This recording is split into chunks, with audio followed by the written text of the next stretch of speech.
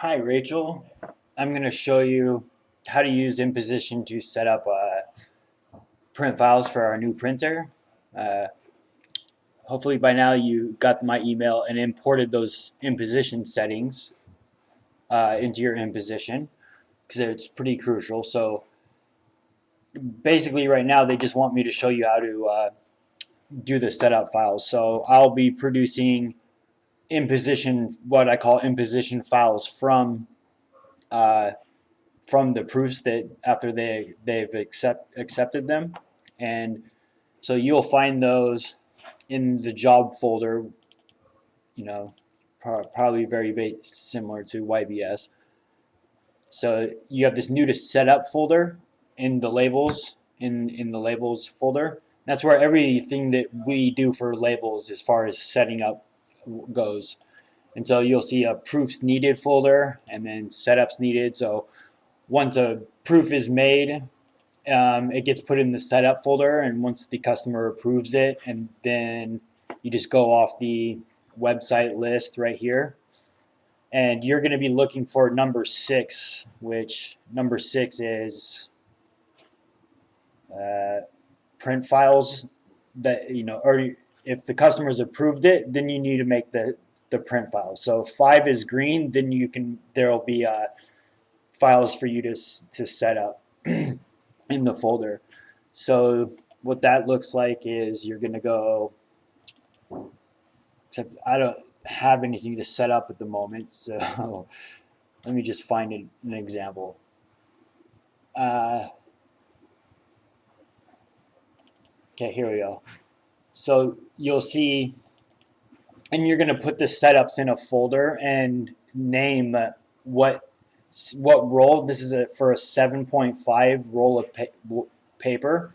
You're going to want to put that on the folder and at the end of the name of the file you created. So you should, let me find a different, that's not a good example either.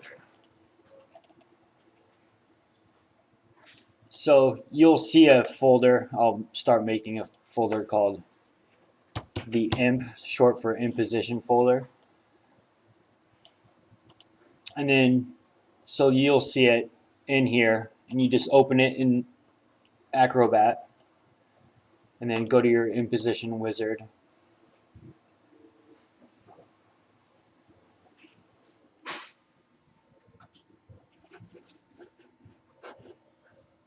Wow, what's going on here?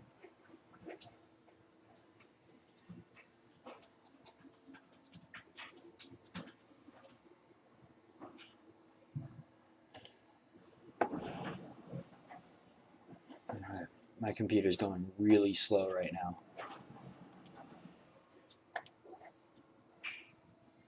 Okay, so you'll see the artboard, and the most important thing to setting up a label is you're going to want the reg marks and the artboard to be snapped together, and that was really tricky to get all those settings for. That's why it's really important to import those settings I sent you into InPosition. They they got to be snapped with the reg marks perfectly with the artboard. But when you're setting up, you're going to want to have it on centered, because this is how much room you have to make the whole label setup. So a 9-inch roll, all the rolls are, the artboard is about ½ inch smaller just to be safe. So you're still going to call it a 9-inch roll. So as you can see up here, it's a 9-inch roll, and the width is 8.5. And you don't really want to go higher than 19 inches high. The cutters can start to lose their registration. Now, if you can fit a whole nother row in like 1 more inch, you can go ahead and put it at 20. That's pretty flexible. This right here is not. And you're going to be using 9 and 8-inch rolls mostly, because you can fit the most stuff on them. And you're just basically going to figure out, how many columns can I looks like I can fit 5. I can maybe fit 6. I doubt it though. Yeah, see, 6 is too much, so it's going to be 5. Then you're just going to see how many you can fit high. Let's go 8.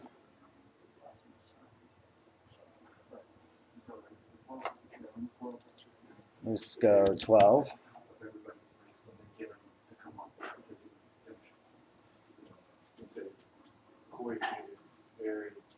Okay, that looks pretty good. So 5 by 12. You're going to go back here and put your sheet to minimal setting, and that snaps it to the reg marks if all your settings are correct, which they should be from the presets I sent you. And then you're just going to generate that. Now you'll see this blue line is the cut line, and the reg marks have this blue line in it too. That is your cut file, so you need to save this.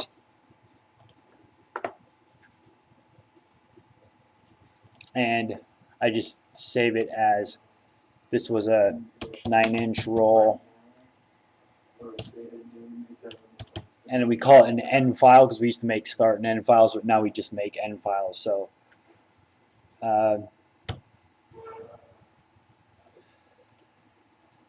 then you're going to open that end file in Illustrator.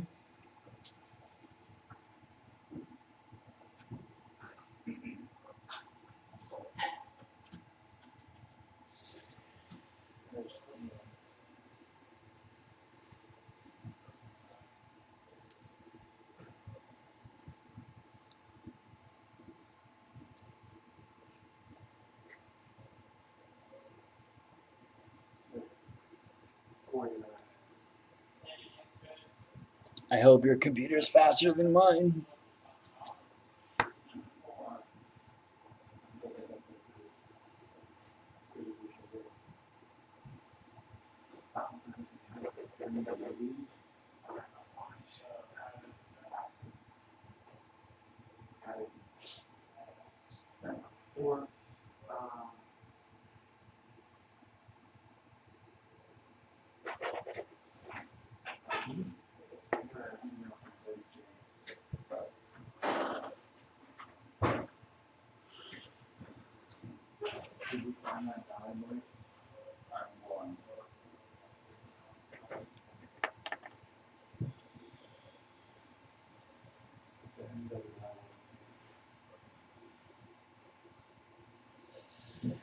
Jesus.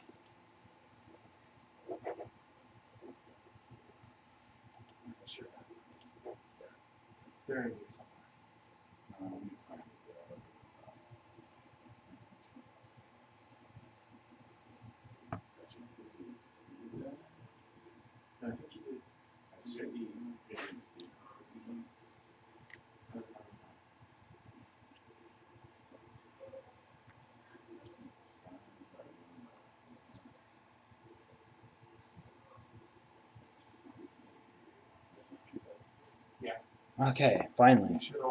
Okay, so once you have it opened, I don't know why that took so long. Computer's not in the best shape right now. What I do is you got to extract all these blue lines out, and so I just zoom into here because you want to make sure you grab this blue one too. You can have the blue line there on the reg mark. It won't affect the cutters at all, so for future reference, because you wouldn't print some up with it without a cut line, but those are for another video. Easiest way to extract this cut line is to use the group selection tool and just select it, and then go to select same stroke color, and you'll see that it's selected it down here. I have that right there. This you shut that.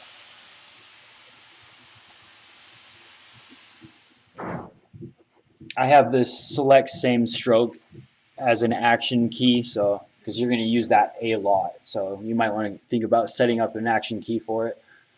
And so once you have them all selected, and sometimes the reason I zoom in here to look is sometimes for whatever reason opening up this will act this cyan color of this one will be different than the ones in the reg marks. It wasn't in this case, but sometimes it is. So you just want to make sure you're grabbing this one down here too, as well as this one. If they're not the same color, you just need to put them both at 100% cyan, and then you can select them all. So once they're all selected, make a new layer. Go ahead and place it on the new layer. See, we got our new layer there. And then you want to turn off the cut layer and then just save it. And that will be what the actual printer prints. Oh, hang on.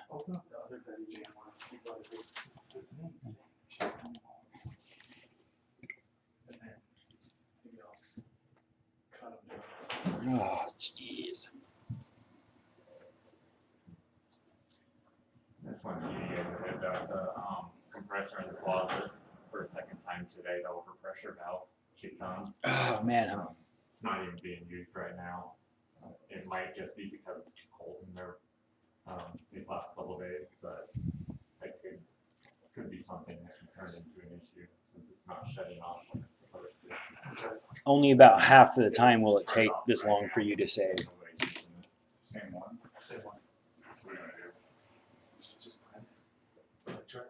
Yeah, I'm just going to stop this. I don't want to wait another 2 minutes for it to save. So you save that just over the original file, so it won't have the lines, the cut lines on it. Once it's done saving, delete the artwork layer, turn back on the cut file layer, and then just save this one, you know, as the cut. Just put cut at the end so the guy knows that it's a cut file.